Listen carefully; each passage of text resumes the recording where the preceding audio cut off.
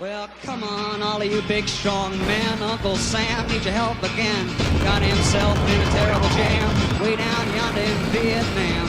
Put down your books and pick up a gun. We're gonna have a whole lot of fun. And it's 1,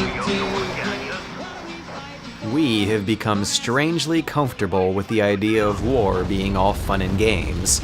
Because you know what we usually use as the subject matter for fun and games? War. Face-to-face tabletop strategic battles. It's social, it's creative, and it's fun.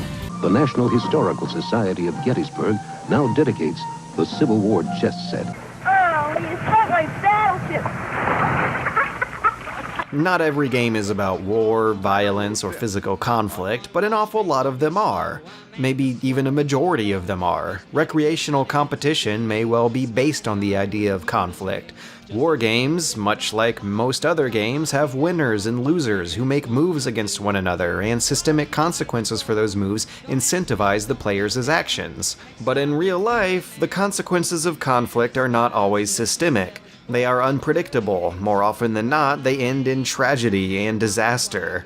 So, to put our minds at ease about the constant mental uneasiness of living in a highly competitive, militarily advantaged, war-loving nuclear superpower, we have recreational gaming. It's like games are there to say, hey, you know, if we take war and just strip away the civilian casualties, the collateral damage, the diseases and the famines, the post-war political power struggles, and the stifling, horrifying desperation and inhumanity that prevents both sides from playing fair and following rules, it's not so bad.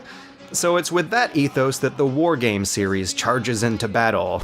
Is there any better example of a game having a more blunt and honest title? It's a game about war. That's honest advertising. There's no way anyone's gonna look at this product and think, gee, I sure do wonder what I'm getting myself into here. Which is funny, because you actually should be worrying about what you're getting yourself into here. Though this is my first time playing the series, it's evident that these games are not for everyone. You really have to commit to it. There's a steep learning curve that threw a lot of my trained video game logic expectations out the window, largely thanks to a totally ineffective tutorial that's nothing more than a few HTML files on how to play the game. The learning curve is made worse by the 1,400 different units this game has. I'm serious, they even put in a search bar to help you find what you're looking for. 1,400 lovingly crafted war machines are at your disposal, and each one has a huge stat sheet of unconventional variables that are carefully designed to balance them against some other units somewhere out there in the pile. But getting used to that really isn't so bad. Eventually you get to a point where you can reliably make some judgments just by glancing through these stat sheets, and you're often limited to the selection available to one of 17 factions, and oh god, 17 factions is a lot, but okay, like, they're not that different, because Wargame skews a bit towards realism, which takes a while to get used to, and it also means that the factions have superficially the same lineup of units. They're all vehicle-mounted guns that kill whatever they're shooting at in usually one hit. But the vast differences between all those units lie in the subtleties, and being able to exploit the subtleties between similar units is what sets the skill ceiling for high-level play, and the process of getting there is a rich and rewarding journey.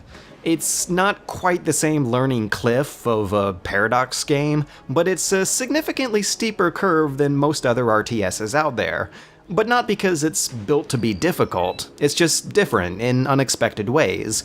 It reminds me a lot of the games that had the Tom Clancy branding on it back before they went all sci-fi fantasy with the brand. Wargame's lustful fetish for military hardware contributes to gameplay that looks familiar but plays drastically differently, because its own interpretation of realism requires you to unlearn genre conventions that you're used to. I am used to the Total War games. I'm a big fan of that series. So when someone pitched Wargame to me as a modern-day themed Total War game, I was pretty interested.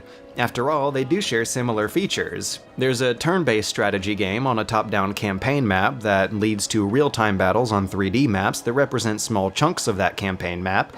There's an auto-resolve option for those battles that you can scum around using quick saves, and the battles begin with unlimited time for a deployment phase before the fighting. Battles have no resource management or base building, just a finite amount of units that you have to make do with, and much like Total War, the enemy AI is more than happy to blindly march into your most well-fortified defenses.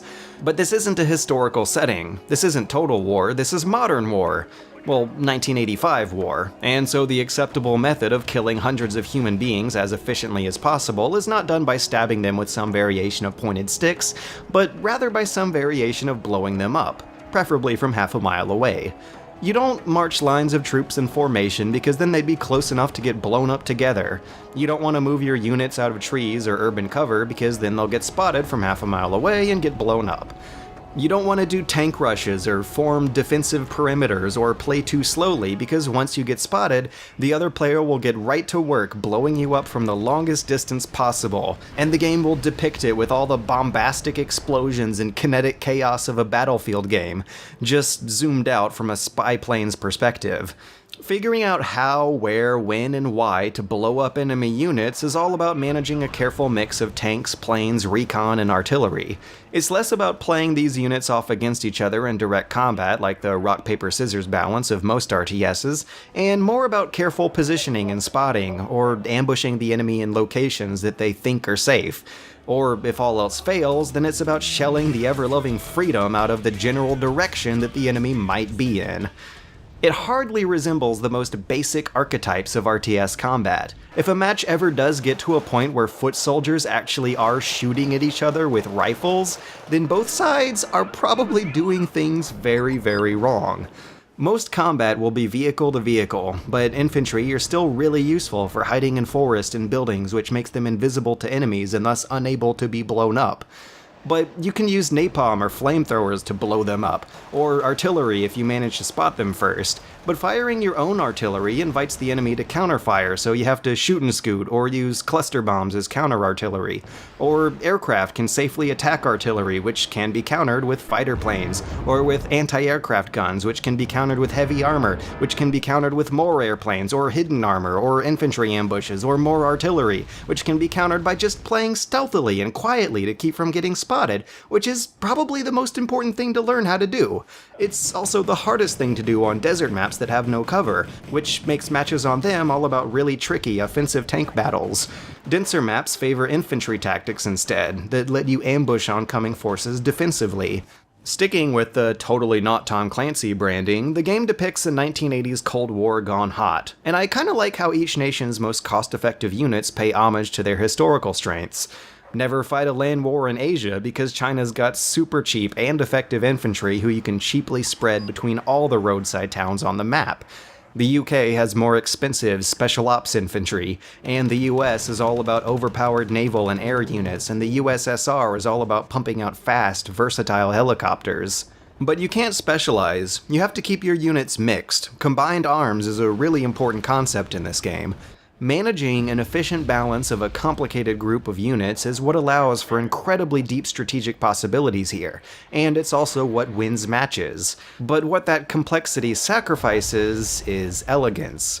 They tried really hard to give you an iconic representation of what all these units are going to do at a glance, but in the heat of battle and from a distance, it's kind of hard to tell the difference between a M113A1 loaded with an anti-air Red-Eye squad to a M113A1 carrying an M72 law crew. You know, I'm not a military buff. I just play a lot of video games. I know some of these things, but at some point all of these numbers and abbreviations are gonna fly over my head. Maybe they could have fixed this problem by giving you the ability to manually rename units, so that way I could call the only recon helicopter in the starting US deck to Recon Chopper, instead of OH-58C Kiowa. But all of that complexity just adds to the strategy. You can manually fire at an enemy's general direction from outside their range to suppress them while waiting on bombers to fly over and flush them out. You can sneak infantry from one block of houses to another, totally invisibly to sneak them close to enemy armor.